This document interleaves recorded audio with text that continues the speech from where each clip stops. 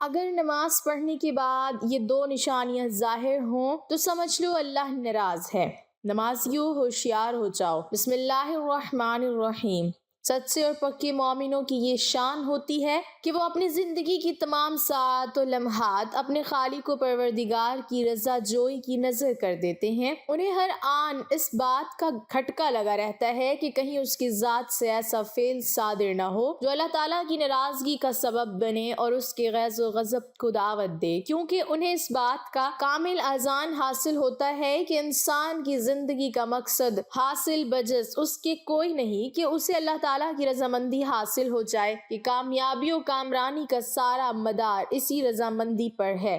چنانچہ وہ اپنا ہر قدم نہایت احتیاط اور پھونک پھونک کر اٹھاتے ہیں تاکہ مرضی رب کے خلاف کوئی عمل سرزد نہ ہو، اور عبادت و ریاست اور طاعت و فرما برداری میں نہایت جانفشانی کا مظاہرہ کرتے ہیں تاکہ اس کی خوشنودی میسر ہو جائے۔ ان صفات کے حامل مسلمان کامیاب ضرور ہیں لیکن نایاب نہیں۔ ہمیں بھی چاہیے کہ ہم ایسے لوگوں کی زندگی کو مشعل راہ بنائیں اور اس کی روشنی میں اپنی زندگی گزاریں۔ لیکن سوال یہ ہے، ہمارے اندر یہ اعلیٰ صفات کس طرح پیدا ہوں گی اور ہمیں اللہ تعالیٰ کی رضامندی کیسے حاصل ہوگی؟ ہمیں اتنی بات تو معلوم ہے کہ مولا کی رضامندی دنیا و آخرت کی سعادت مندی کی ضامن ہے اور اس کی ناراضگی دونوں جہاں کے خسارے کا سبب ہے، لیکن ہمیں اس بات کا ادراک نہیں کہ ہمارا خالق ہم سے راضی ہے یا نہیں۔ چنانچہ اسی کے پیش نظر ہم اس تحریر میں بات کریں گے کہ اللہ تعالیٰ کی ناراضگی کی نشانیاں کیا ہیں، کیونکہ جب ہم اللہ تعالیٰ کی ناراضگی کی نشانیوں سے واقف ہو جائیں گے تو جب ہماری زندگی میں وہ نشانیاں ظہور پذیر ہوں گی تو ہم فوراً سنبھل جائیں گے اور توبہ انابت کے ذریعے اس کی رضامندی کی جستجو میں لگ جائیں گے۔ حقیقی بات تو یہ ہے کہ انسان کو اللہ تعالیٰ کی رضامندی اور ناراضگی کا علم نہیں ہو سکتا، البتہ علماء اسلام نے کچھ ایسی علامتیں اور نشانیاں بیان کی ہیں جن کا ظہور اگر ہونے لگے تو فوراً ہوش میں آ جانا چاہیے اور رجوع و انابت، توبہ استغفار اور عبادت و اطاعت میں مستعدی کا مظاہرہ کرنا چاہیے، کیونکہ وہ علامتیں اللہ تعالیٰ کی ناراضگی پر دلالت کرتی ہیں۔ قساوت قلبی کا مطلب یہ ہے کہ انسان انتہائی سخت مزاجی، سنگ دلی اور کھٹور پن کا شکار ہو جائے۔ رحم دلی اور نرم مزاجی اس کی طبیعت میں باقی نہ رہے۔ دل کے اندر سختی اور بے رحمی معاصی و ذنوب پر جری ہو جانے اور مسلسل گناہوں پر اصرار کرنے کے باعث پیدا ہوتی ہیں، حتیٰ کہ انسان بڑے بڑے گناہوں کو بھی بلا خوف و خطر اور بے حیائی سے انجام دینا شروع کر دیتا ہے۔ ظاہر ہے گناہوں پر مصر ہو جانا اللہ تعالیٰ کے غیظ و غضب کو دعوت دینا ہے، چنانچہ حق تعالیٰ ایسے نافرمان بندوں کے دل سخت کر دیتے ہیں۔ چنانچہ تابعی مالک بن دینار رحمت اللہ علیہ فرماتے ہیں، دل کا سخت ہو جانا گناہگار کے حق میں سزا ہے اور دل سے رحم کا مادہ نکل جانا اس بات کی دلیل ہے کہ اللہ تعالیٰ اس شخص سے ناراض ہیں۔ اللہ تعالیٰ جب کسی بندے سے خفا ہوتے ہیں تو اس سے نعمتوں پر شکر اور آزمائشوں پر صبر کی توفیق چھین لیتے ہیں۔ وہ ہر لمحہ بے چینی و اضطراب، فکر و الم اور بے کلی و بے تابی میں مبتلا رہتا ہے۔ مال و زر کی بہتات اور آسائش و راحت کے اسباب کی فراوانی کے باوجود بھی اس کے اندر قناعت و صبر کی صفت پیدا نہیں ہوتی ہے، اور جس بندے کو حق تعالیٰ کی خوشنودی حاصل ہو جاتی ہے وہ اپنے معمولی اور محدود سرمایہ میں بھی صبر و شکر کے ساتھ زندگی گزار لیتا ہے۔ وہ اللہ کے فیصلے پر راضی رہتا ہے، مصیبت کی گھڑی ہو یا راحت کا موقع ہو، وہ ہر وقت قضاء و قدر کو بجان و دل تسلیم کر لیتا ہے اور زبان کو آلودہ شکوہ نہیں کرتا۔ حقیقت یہ ہے بندہ اپنے خالق کے تئیں جو گمان و خیال کرتا ہے، خالق اسی کے مطابق بندے کے ساتھ معاملہ کرتے ہیں۔ یعنی بندہ اگر خالق سے بہرحال راضی ہے تو یہ بندے سے خالق کے راضی ہونے کی علامت ہے۔ اسی طرح اگر خالق کے فیصلوں سے ناخوش ہے تو یہ خالق کی ناراضگی کی نشانی ہے، جیسا کہ مسلم شریف کی روایت ہے، یعنی میرا معاملہ بندے کے ساتھ ویسا ہوتا ہے جیسا بندے کا گمان میرے متعلق ہوتا ہے، اور جب بندہ مجھے پکارتا ہے تو میں اس کے ساتھ ہوتا ہوں۔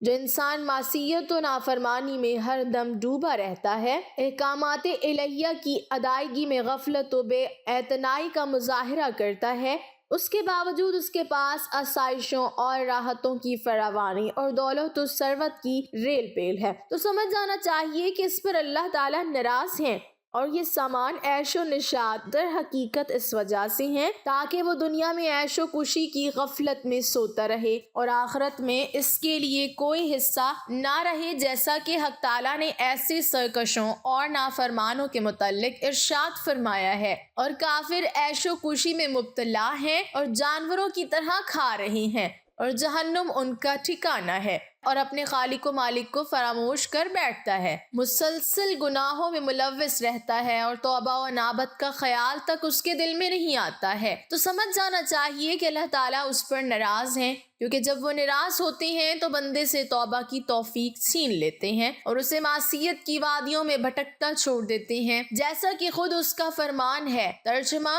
اور ان لوگوں کی طرح نہ بنو جنہوں نے اللہ کو بھلا دیا تو اللہ نے خود انہیں اس کی ذات سے غافل کر دیا، یہی لوگ فاسق ہیں۔ یعنی جب بندہ اللہ کے حقوق اور احکامات کو فراموش کر بیٹھتا ہے تو حق تعالیٰ اس کو اس قدر غفلت میں ڈال دیتے ہیں کہ انہیں توفیق توبہ میسر نہیں ہوتی ہے، اور اسی غفلت کی حالت میں معاصی و ذنوب کا بار گراں سر پر اٹھائے آخرت کی طرف اپنے اعمال کی سزا پانے چل پڑتا ہے۔ اب ذرا ایک مومن کی حیثیت سے ہمیں اپنے گریبان میں جھانکنا اور اپنی زندگی کا جائزہ لینا چاہیے کہ کہیں اللہ کی ناراضگی کی نشانیاں ہماری زندگی میں ظہور پذیر تو نہیں ہو رہی ہیں، اور ہم سے ہمارا پروردگار ناراض تو نہیں ہے۔ اگر یہ نشانیاں ظاہر نہ ہو تب بھی ہمیں ہر آن اس کی رضا جوئی اور خوشنودی کی جستجو میں مگن رہنا چاہیے۔ حضرت سیدنا موسیٰ علیہ السلام نے عرض کی، یا اللہ، تیرے ناراض ہونے کی کیا نشانی ہے؟ اللہ تعالیٰ نے فرمایا، موسیٰ، میرے ناراض ہونے کی پہلی نشانی جب میں کسی قوم پہ ناراض ہوتا ہوں تو میں بے وقت بارشیں برساتا ہوں، اور جب بے وقت بارشیں برستی ہیں تو فصلیں تباہ و برباد ہو جاتی ہیں، جب فصلیں تباہ و برباد ہو جاتی ہیں تب ملک میں غربت پھیل جاتی ہے۔ موسیٰ، میرے ناراض ہونے کی دوسری نشانی پیسہ بخیلوں کے ہاتھ میں دے دیتا ہوں۔ میرے ناراض ہونے کی تیسری نشانی موسیٰ، جب میں ناراض ہوتا ہوں تو حکومت بے وقوفوں کو دے دیتا ہوں، حکومت نااہلوں کو دے دیتا ہوں، اور نااہل لوگ، بے وقوف لوگ کسی بھی قوم کے اوپر ویسے ہی عذاب ہیں۔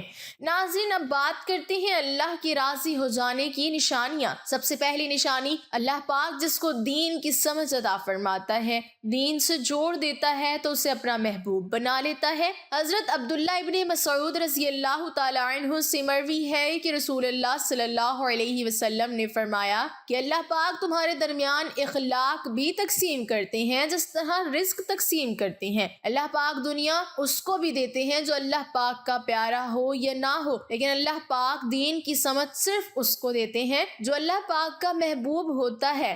عبادت کی محبت، قرآن کی محبت، اللہ پاک کی محبت، اللہ کے ذکر سے محبت، رسول اللہ صلی اللہ علیہ وسلم پر درود و سلام بھیجنے کا شوق اور تڑپ، یہ وہ چیزیں ہیں جو اس بات کی نشانی ہے کہ اللہ نے اسے بہت پیارا بنا لیا ہے۔